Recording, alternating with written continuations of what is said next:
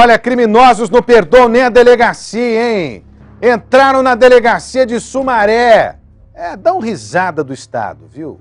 Dão risada da nossa sociedade. Estão zombando da nossa sociedade. Porque a polícia está refém da falta de leis que possa punir, está refém da falta de infraestrutura, é bem verdade. Hein, governador? Cadê a infraestrutura para a polícia, governador? Tá faltando. Nem a delegacia tem segurança. Como é que o cidadão de bem vai se sentir seguro? Nesse caso em Sumaré, além de levar os objetos pessoais dos funcionários, os bandidos roubaram um exemplar do Código de Processo Penal brasileiro. Vão aprender sobre o Código de Processo Penal brasileiro? Talvez para buscar brechas, né? Porque a lei é rica em brechas para o bandidão escapar das garras da justiça. Deixa eu ver a reportagem da Alicia Manjavac. Aqui, ó, olho na notícia. Menos de 6 meses depois de ser alvo dos criminosos, o 5º Distrito Policial de Sumaré foi novamente atacado. Desta vez, os bandidos roubaram objetos pessoais dos funcionários. A polícia não sabe precisar exatamente a hora em que os bandidos entraram, porque os funcionários só perceberam que foram assaltados quando chegaram para trabalhar e encontraram a porta do setor de investigações arrombada. Do lado de dentro, as salas estavam completamente reviradas. Esta é a sala do investigador e olha só o estado que ela ficou. Olha a porta, o batente da porta que foi arrombado pelos criminosos e no chão, mais destruição. Os criminosos fugiram, levando um exemplar do Código de Processo Penal, um pendrive e 2 pares de óculos de sol. Em outra ação, em abril deste ano, os bandidos puseram fogo no setor de investigações. As chamas destruíram computadores e documentos. Uma semana antes, o 4º DP também foi atacado. Os criminosos agiram durante a madrugada, pularam o muro dos fundos e arrombaram esta porta que dá acesso ao interior do distrito.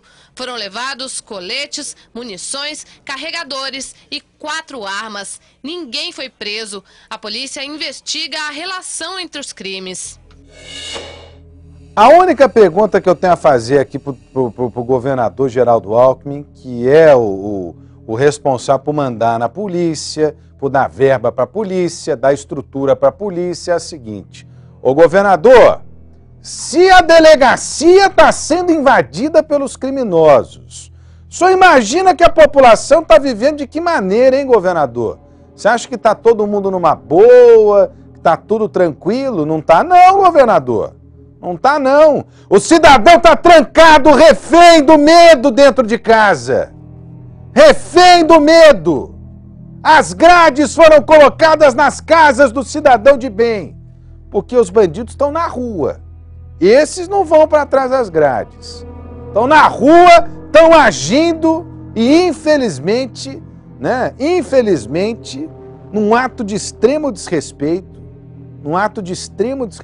porque isso é zombar da cara da polícia, isso é zombar da cara do cidadão, é zombar da minha, da sua, da nossa cara, meu camarada. Estão dando risada da gente, mostrando a falha de uma administração da polícia que infelizmente vai de mal a pior, colocando o cidadão no meio do fogo cruzado, né, como a principal vítima dessa tragédia da segurança pública do estado de São Paulo.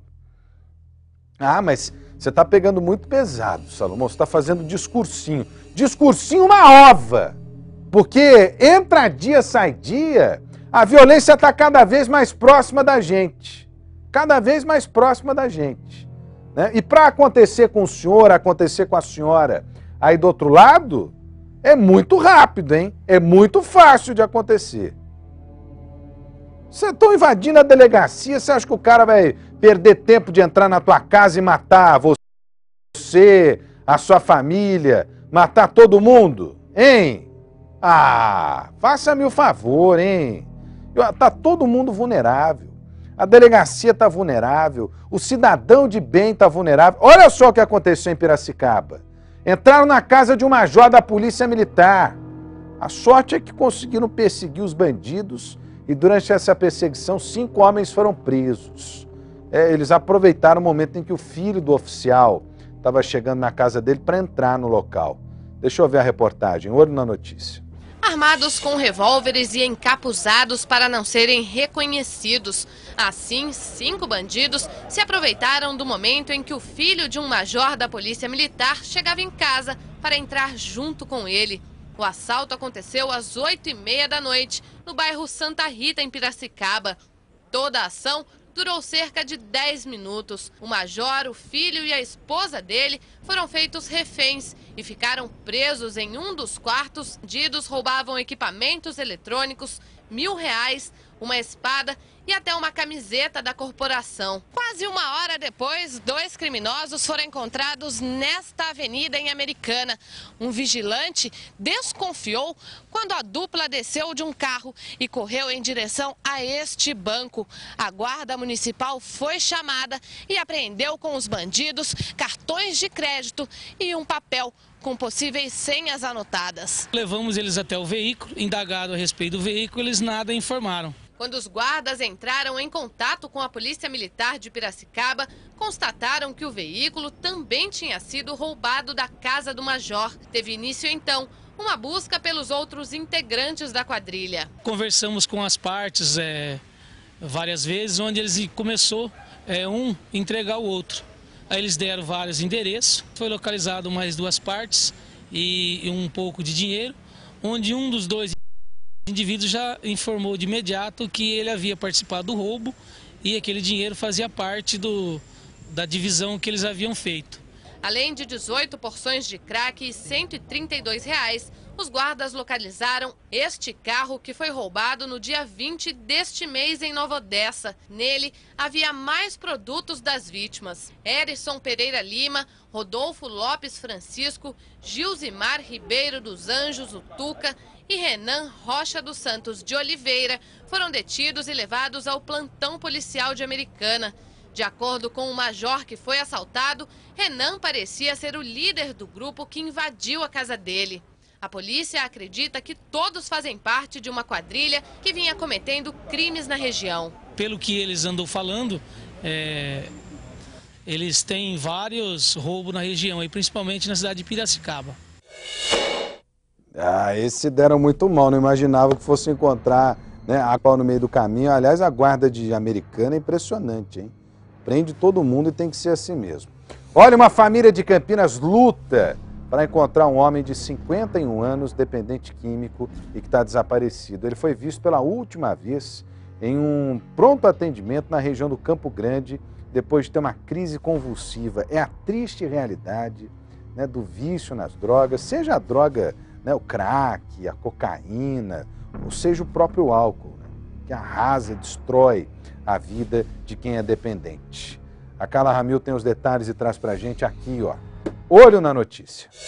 Valeriano Martins Mendes tem 51 anos e está desaparecido há 2 anos e 4 meses.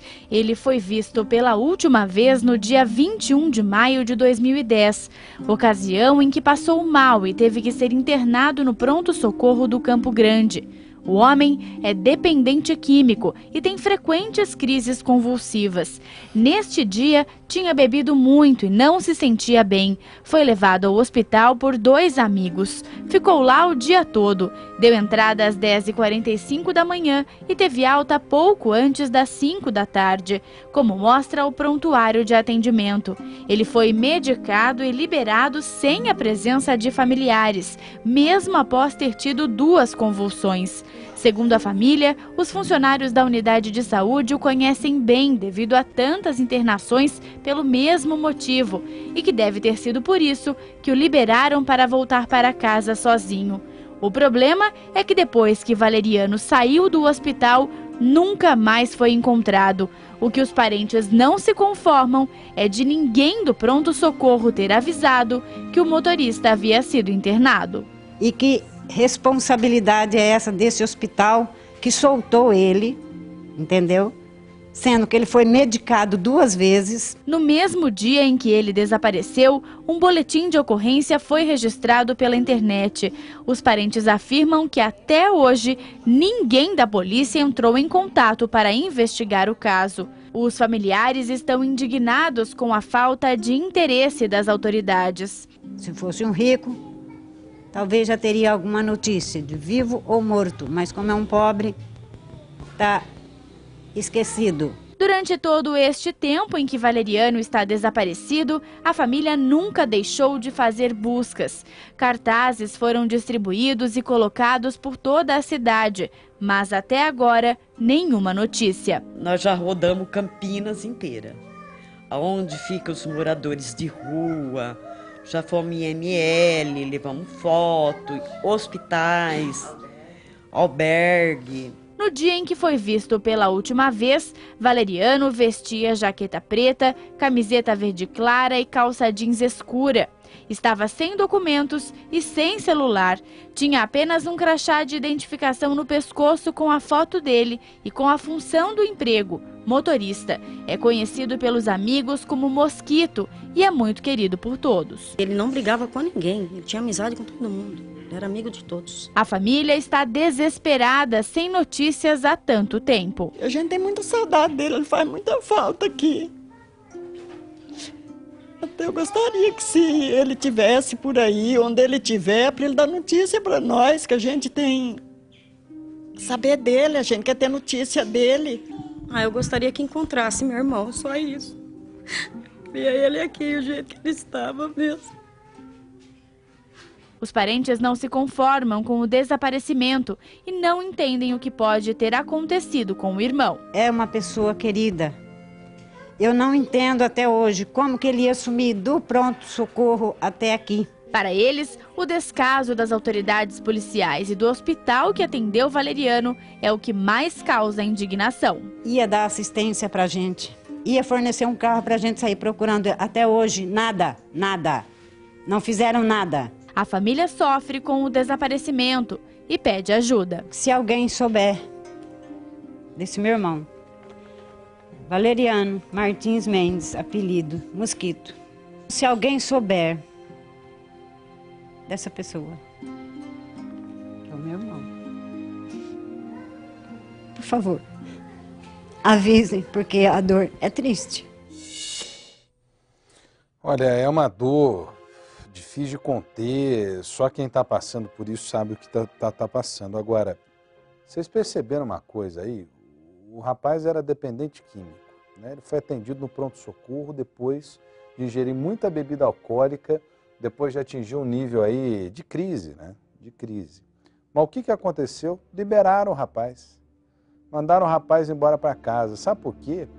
Porque não há, e eu falo isso de boca cheia, porque infelizmente conheço essa realidade de perto, né? Porque eu fui 10 anos repórter aqui em Campinas e circulei por tudo quanto é área aqui da nossa cidade. Por tudo quanto é área da nossa cidade, né?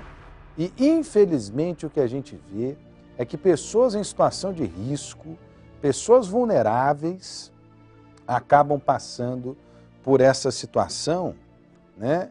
E quando são acolhidas, ou melhor, quando passam, né, pelo sistema de atendimento no pronto-socorro porque estão em crise, né, acabam voltando para casa porque não existe qualquer plano, qualquer programa que inclua essas pessoas no atendimento para elas se livrarem do vício. Não existe, não existe. E a falha está demonstrada na reportagem aí, ó. O que aconteceu? O senhor foi para o pronto-socorro porque ele estava em crise. Chegou no pronto-socorro, foi tratado imediatamente do problema, que deveria ser ali um coma alcoólico, alguma coisa nesse tipo, e mandaram ele embora para casa, porque não há acolhimento de pessoas em condição de vulnerabilidade, em condição de risco aqui na nossa cidade. Infelizmente, essa é a triste realidade. Essa é a triste realidade do dependente, da família que tem um dependente em casa. Você procura o serviço de saúde, mas não tem para onde correr, porque quando você precisa de atendimento, não há esse tipo de atendimento especializado. Fica aqui a mensagem e que a gente possa localizar, né, esse homem para tentar trazer um pouco de conforto para a família. Olha, tem informação ao vivo, a polícia está na rua, uma quadrilha está sendo presa nesse momento pelos policiais da cidade de Nova Odessa. É isso, ô Vinícius? Não sei se a gente já tem condições de mostrar imagens, mas eu sei que a Carla Ramil está ao vivo comigo de Nova Odessa. Aliás, um beijo grande à nossa audiência de Nova Odessa, onde o Brasil, gente, tem uma audiência esmagadora. Quadrilha responsável por fraude milionária, uma operação deflagrada hoje pela Polícia Civil, né, Carla Ramil? Boa tarde. Boa tarde, Rodrigo. Boa tarde a todos que acompanham o Brasil. Gente, é isso mesmo, Rodrigo. A Polícia Civil aqui de Nova Odessa deflagrou hoje esta operação para prender uma quadrilha especializada em aplicar golpes em agências bancárias. Eles utilizavam empresas de fachada ou então pessoas físicas que nem imaginam que tem os nomes utilizados por esses membros da organização criminosa. Rodrigo, esse esquema todo foi descoberto porque parte dos integrantes dessa quadrilha tentou abrir uma conta para uma empresa aqui em Nova Odessa. Como faz parte dos procedimentos de praxe da agência, um funcionário foi até essa empresa para fazer uma visita, verificar endereço, e quando chegou lá, um funcionário dessa empresa disse que ali funcionava outra empresa. Diante desse desconhecimento, né, do banco, eles resolveram então chamar a polícia e uma investigação começou, Rodrigo. Olha, a Carla Ramil conversou agora há pouco com o doutor Braga, que é o delegado responsável por essa operação. É uma quadrilha que pode ter fraudado mais de 3 milhões de reais, né? Pelo menos é essa a informação que a gente recebeu hoje ao longo do dia, né? Ao longo dessa investigação, e que tinha como alvo, inclusive, o Banco do Brasil, né, Carla Ramil? Isso mesmo, Rodrigo. Olha, o principal alvo é o Banco do Brasil. A polícia ainda está investigando por que a escolha seria pelo Banco do Brasil. A quadrilha tinha empresas, Rodrigo, em Santa Bárbara do Oeste, Limeira e Piracicaba, mas praticou os golpes em várias cidades da região, inclusive de Campinas.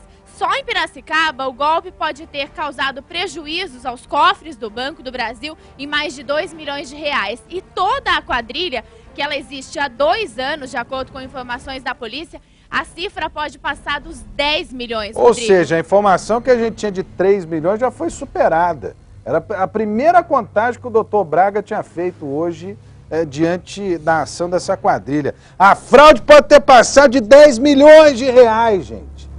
10 milhões de reais. Esses carros de luxo foram apreendidos com a quadrilha, né, ô Carla? Sim, Rodrigo. Esses carros de luxo pertencem a Ricardo Sten. Ele tem 30 anos, ele seria o líder da organização criminosa. O nome dele pode estar envolvido em várias empresas que ligam, né? Várias empresas de fachada criadas por essa organização criminosa.